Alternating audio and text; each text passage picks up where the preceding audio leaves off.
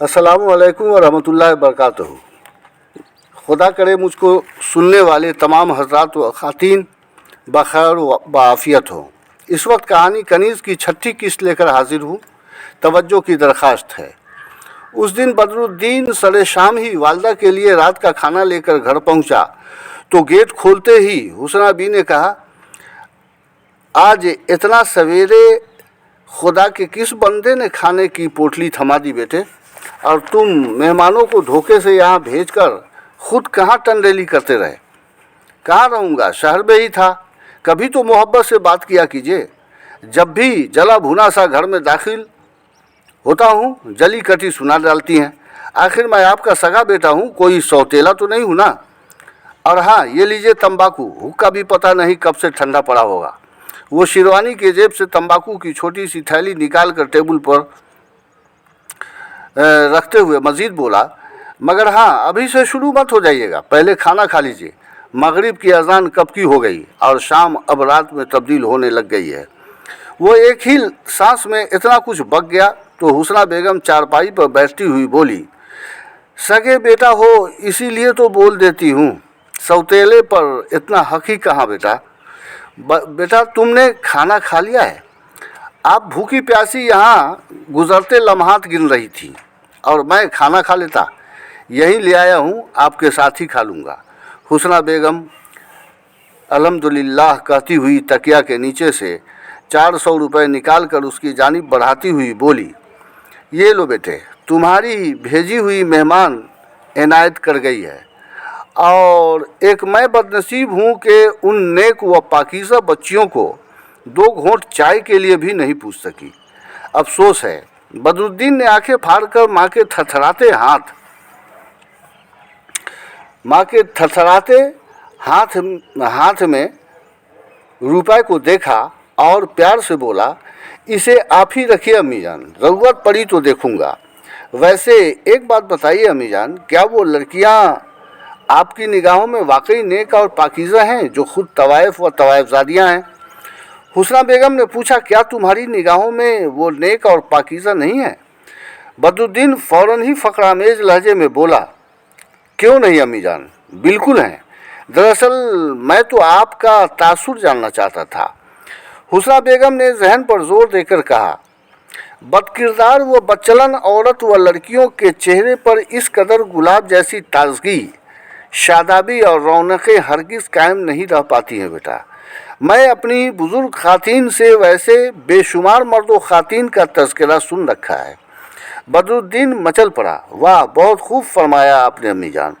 चुनांचे वो सर उठाकर छप्पड़ को घूरते हुए बड़बड़ाया, खुदाया तेरी मेहरबानियों का तलबगार हूँ मैं।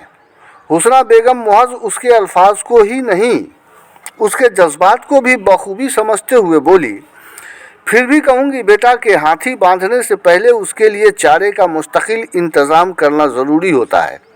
खुदा करे कि वो भी तुम्हें अपने काबिल समझ सके। बदरुद्दीन ने एक पल के लिए अपनी दूर अंदेश वालदा का चेहरा गौर से देखा और उसके दोनों हाथों को अपने हाथों में लेकर चूमते हुए आँखों से लगाकर माँ की गोद में सजदारेज हो गया था। बहरहाल उस दिन सहपहर के 3 बजे थे।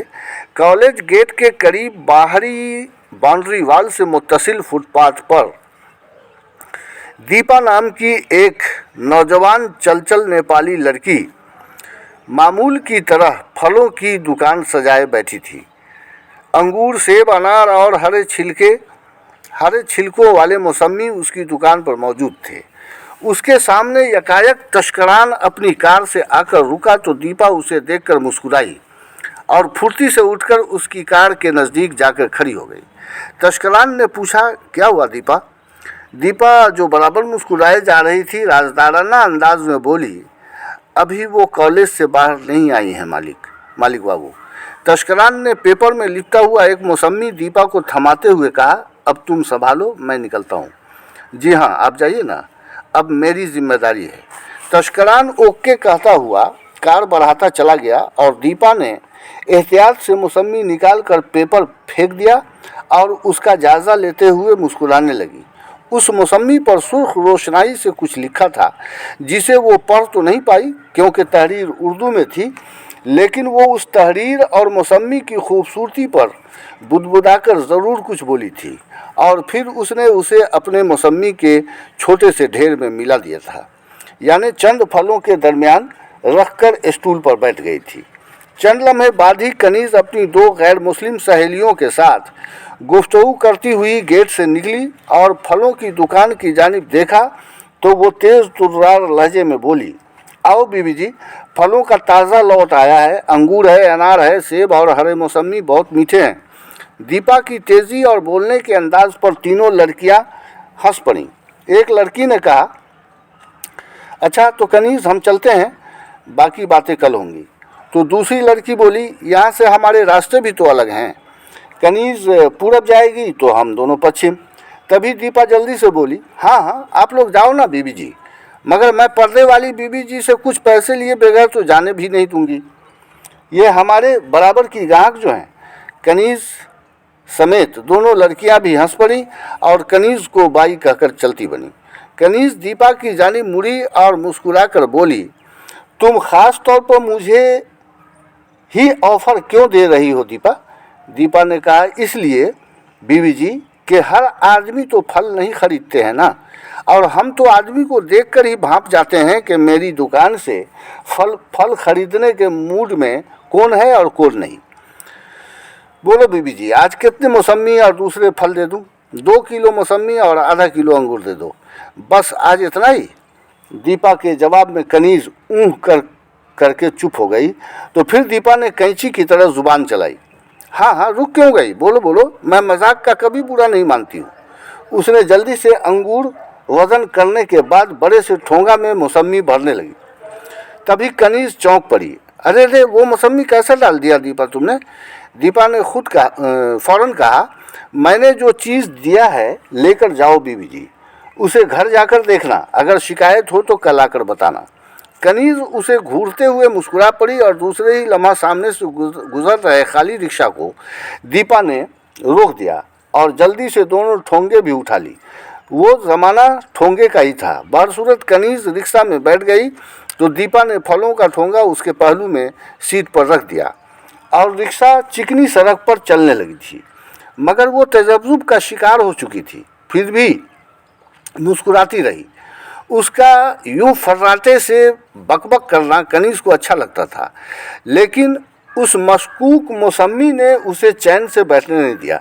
लिहाजा उसने फ़ौरन टटोल कर उसे निकाल लिया। बाप रे, ये क्या है? मौसमी के हरे छिलके पर नहायत खूबसूरत तहरीर देखकर उसके अंदर सरगोशी हुई। वो उसे पढ़ने लगी, पैकर खुलूस शाहकार अजीम कनीज़ फातिमा, सलाम शौक, मैं अगर तुम्हारी दुनिया से रोशनास न होता तो आँखों में तिश्नगी और दिल में एज़तराब भी न होता। बहसूरत ज़िंदगी के इस नाआशना मोड़ पर पहुंचकर खुद में बेशुमार तब्दीलियां महसूस करने लगा हूँ। कह नहीं सकता कि जहन में कुलबुलाने वाली आरज़ू शोला बनकर मेरे वजूद को जलाएंगी या शबनम की तरह रूह को ठंडक व ताजगी अता करेंगी। इसका इन्हिसार सिर्फ तुम पर है। मैं नहीं जानता कि तुम्हारे लिए क्या मुमकिन है और क्या नामुमकिन। बावजूद इसके तुम्हारे ही मज़ाफ़ात में तुम्हारी सकूनत गाह के शुमाल से गुज़रती हुई दरिया के किनारे कल बाद गुरूब आफ्ताब तुमसे मिलने की आरज़ू है। तुम्हारा ही एक शैदाई। रिक्शा सड़क पर दौड़ता रहा और यकायक उसकी निगाहों के सामने खूबसूरत नौजवान अजनबी का वजूद उभर आया, जिसका वो अब तक नाम भी नहीं जान पाई थी। कनीज़ ने मौसमी को फ़ौरन अपने किताबों के बैग में डाल लिया और ख़ुद पर काबू पाने की कोशिश करने लगी, क्योंकि उसकी कैफियत बिल्कुल बदल गई थी। घबराहट, बेचैनी और अनजाने खौफ के एहसास ने उसे घेर लिया था, क्योंकि उसकी 20 साला उम्र में पहली बार उस पर इस किस्म का यलगार हुआ था, जिसका वो अब तक तसव्वुर भी नहीं कर सकी थी। लिहाजा ऐसे में उसकी यादों के दरीचे खुल गए और उसकी 10 साला उम्र वाली यादें तूफ़ानी झक्करों की मानिंद जहन के पर्दे पर भौचाल पैदा कर दी। जी हाँ, 10 साला कनीज़ शलवार फ़राक में मलबूस अपनी माँ जमीला बेगम के कमरे में पहुंची तो माँ की मौजूदा कैफियत देखकर वो लरज उठी थी, क्योंकि जमीला बेगम उस वक्त गुस्से, जुनून और नफरत भरे चेहरे के साथ पसीने में शराबोर थी और कमरे की दीवार को इस तरह घूर रही थी जैसे कोई उसका दुश्मन दीवार से लगकर उसके सामने खड़ा हो और वो उसे चबा जाने वाली नज़रों से देख रही हो। उसकी कैफियत के सबब कनीज सहम उठी और उल्टे कदमों भागती हुई अपनी ज़ईफ़ा नानी ज़ोहरा बेगम के पास आकर खड़ी हो गई थी। उस वक्त ज़ोहरा बेगम हुक्का पी रही थी। कनीज ने पूछा, नानी जान, कभी कभी अम्मी जान की कैफियत क्यों बदल जाती है? तन्हाई में उनकी शक्ल खौफनाक और डरावनी सी क्यों लगने लगती है? ज़ोहरा बेगम ने कहा, इससे तुम्हें क्या मतलब है? तुम अभी स्कूल नहीं गई? कनीज बोली, जाऊंगी ना, पहले बताइए तो सही। ज़ोहरा बेगम कुफ्त लहजे में बोली, उफ खुदाया, तुम अपनी अम्मी की हालात को नहीं समझ सकती कनीज बेटा, जाओ अपना काम करो। नानी ज़ोहरा बेगम ने उसे टालना चाहा तो वो अपने दोनों हाथ अपनी कमर पर रखते हुए अकड़ कर बोली, क्यों नहीं समझ सकती? अब मैं हर बातों को समझने के काबिल हूँ। जल्दी बताइए वरना अभी आपका हुक्का तोड़ डालूंगी। ज़ोहरा बेगम जैसे बिलबिला उठी, आहा, इसमें हुक्के का क्या कसूर है? बहुत ज़िद्दी होती जा रही हो तुम। हर बात समझती हो तो सुनो। 20 साल कबल की बात है, एक रात कोठे पर एक खूबसूरत रईसजादे की आमद हुई। उन दिनों तुम्हारी माँ कॉलेज की तलबा थी। मैंने उसे उस वक्त तक पर्दे नशी बनाए रखा था, लेकिन किस्मत को कुछ और ही मंजूर था। ताक झांक करते हुए दोनों ही ने एक दूसरे को देख लिया। चुनांचे नामवर रईसजादा रोज़ ही आने लगा और रफ्ता रफ्ता दोनों एक दूसरे को दिल दे बैठे। तुम्हारी अम्मी उस पर एतमाद करके लट्टू की तरह उसके इर्द गिर्द नाचने लगी। ये अपना मन तो हार ही चुकी थी, अपना तन भी हार बैठी। अंजाम कार वही हुआ जो अक्सर तवाइफों के साथ हुआ करता है। उस रईसजादे का दिल भर गया तो इसे हमेशा के लिए ठुकरा कर चला गया और इसके मन में रह गई नफ़रतों की आंधी। बरसूरत जब जब नफ़रत भरी आंधियाँ इसके जहन में चलती हैं, इसका यही हाल हुआ करता है। अब जाओ खुदारा, अपने जहन को मत उलझाओ। अगर हर बातें समझने लगी हो तो हमेशा याद रखना कि कभी किसी के चक्कर वक्कर में मत पड़ना। तुम्हारी अम्मी तुम्हें आला तालीम दिलवा कर डॉक्टर प्रोफेसर बनाना चाहती हैं। यही ख्वाब कभी मैंने भी तुम्हारी अम्मी के लिए देखा था रानी बेटी।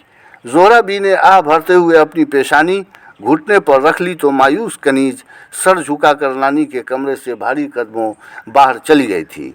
बहरहाल रिक्शा ज़ोहरा मंजिल के सामने रुकी तो कनीज चौंक कर यादों की दुनिया से बाहर आई, मगर घबराहट व सरासमीगी के सबब उसके मलबूसात के ऊपरी हिस्से किसी हद तक पसीने से भीग चुके थे।